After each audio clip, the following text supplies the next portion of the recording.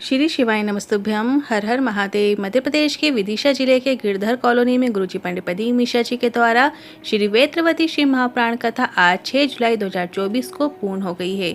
आज की कथा बहुत ही अधिक रोचक जानकारियों से भरपूर थी, जिसमें गुरुजी ने नए उपाय भी शामिल किए हैं। आज गुरुजी ने हड्डियों की समस्या होने पर या किसी बड़े रोग होने पर 20 से 22 दिन वाला बिल्कुल नए उपाय की जानकारी दी है। कुछ विशेष नाम लेकर करना है आपको ये उपाय, हम आपको इसी वीडियो में करके भी बताने वाले हैं। आज की कथा में गुरुजी ने शीघ्र विवाह वाला 4 बिल्कुल नए उपाय की जानकारी भी दी है।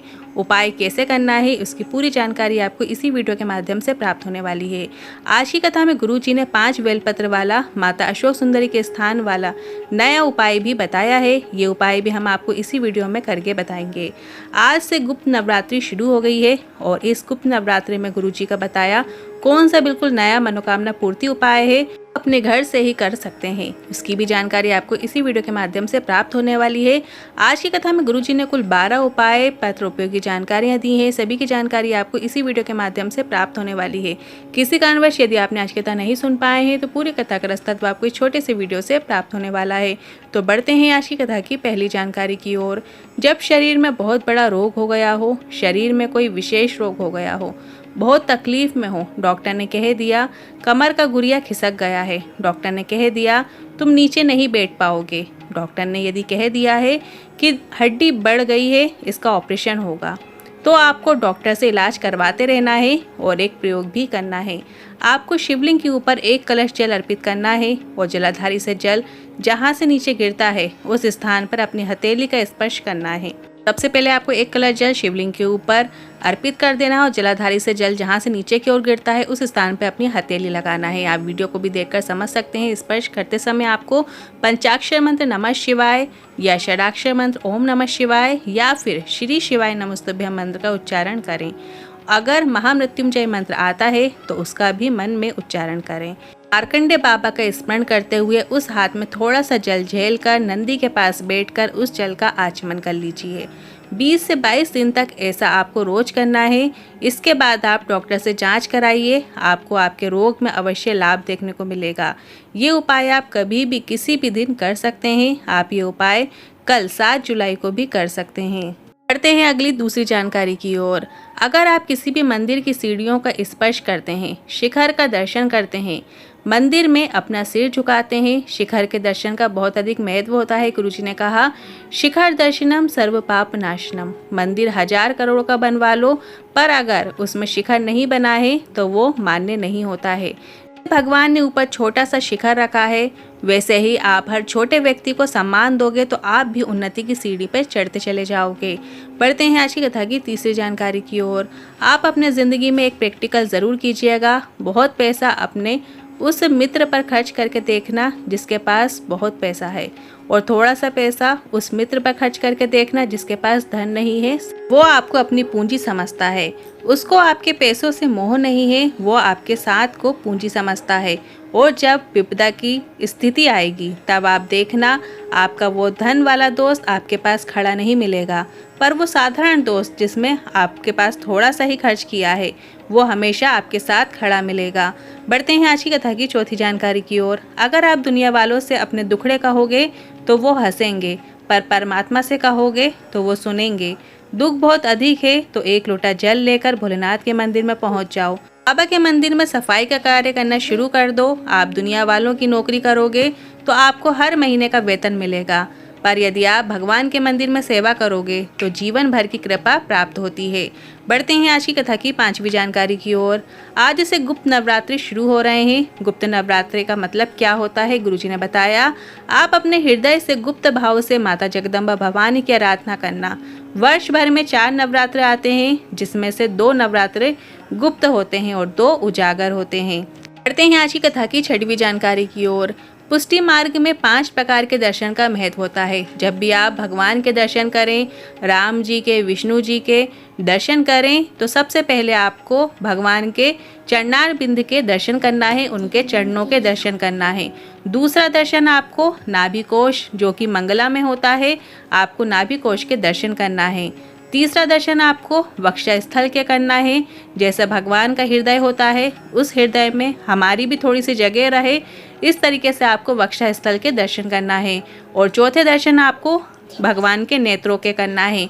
और पांचवें दर्शन आपको ठाकुर जी की शिखा का करना है, जो बाल होते हैं, जो बाल नीचे तक आते हैं, उसके दर्शन करना है। बढ़ते हैं आज की कथा की 7वीं जानकारी की ओर। शंकर भगवान जब भी माता पार्वती के साथ बैठते हैं तब कोई धर्म की चर्चा होती है।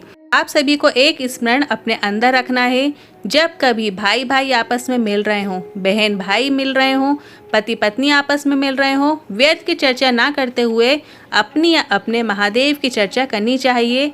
दूसरों की चर्चा में समय व्यर्थ ना करें। बढ़ते हैं आज की कथा की 8वीं जानकारी की ओर। अगर कोई विशेष कार्य है जो हो नहीं पा रहा है, बहुत समय निकल गया है, तो आपको एक सरल उपाय करना है। आपको इस उपाय को करने के लिए 5 बेलपत्र की आवश्यकता होगी। 5 बेलपत्र आपको माता अशोक सुंदरी के स्थान पर अर्पित करना है। जैसा हम शिवलिंग पर उल्टी बेलपत्र अर्पित करते हैं, उसी तरीके से 5 बेलपत्र आपको माता अशोक सुंदरी के स्थान पर अर्पित करना है।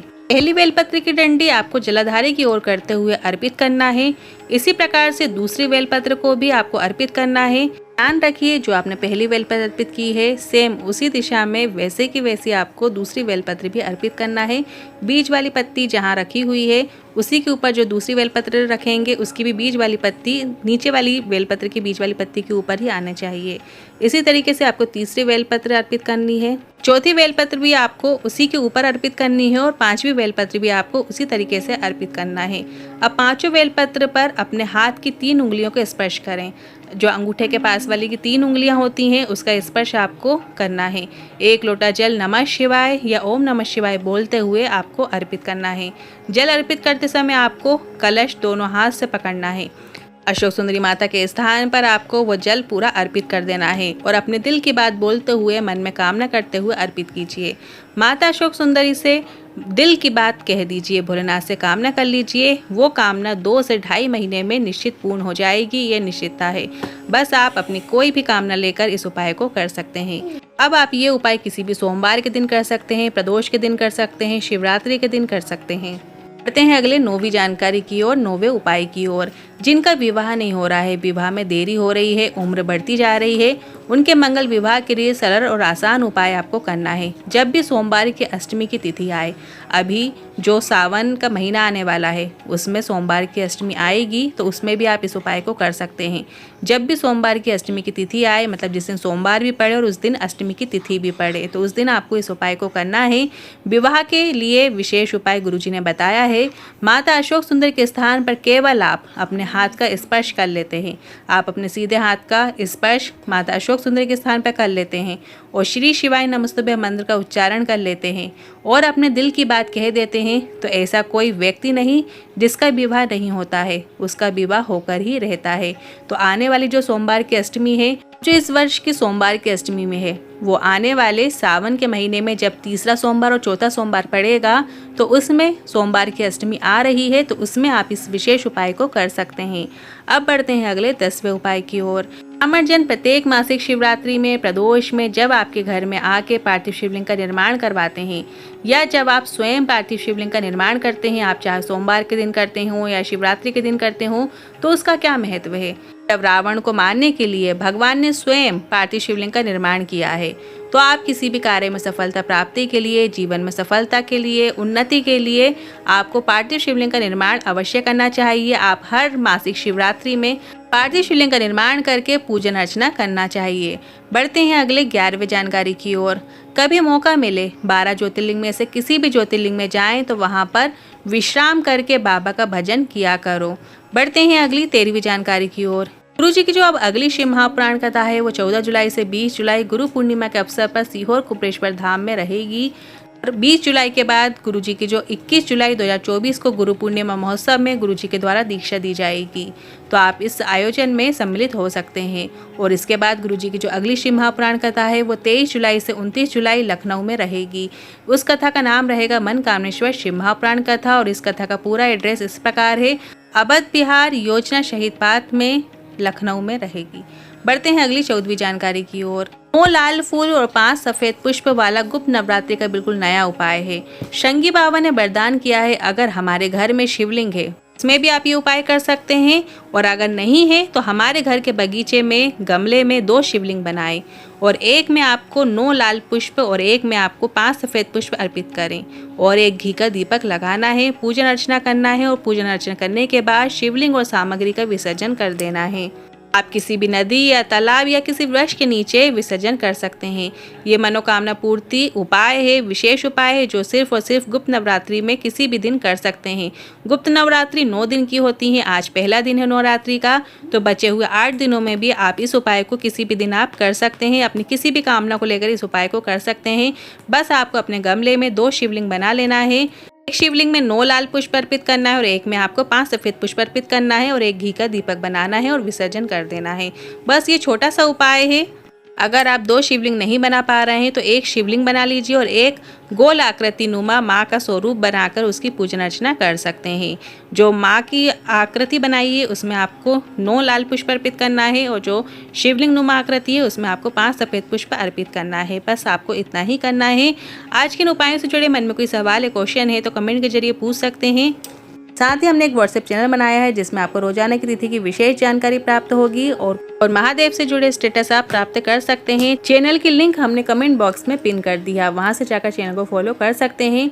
आज के इन उपायों से जुड़े मन में कोई सवाल या क्वेश्चन है तो आप कमेंट के जरिए पूछ सकते हैं। वीडियो थोड़ा भी उपयोगी लगा हो तो वीडियो को लाइक करके कमेंट बॉक्स में हर हर महादेव जरूर टाइप कीजिएगा। श्री शिवाय नमस्तुभ्यम।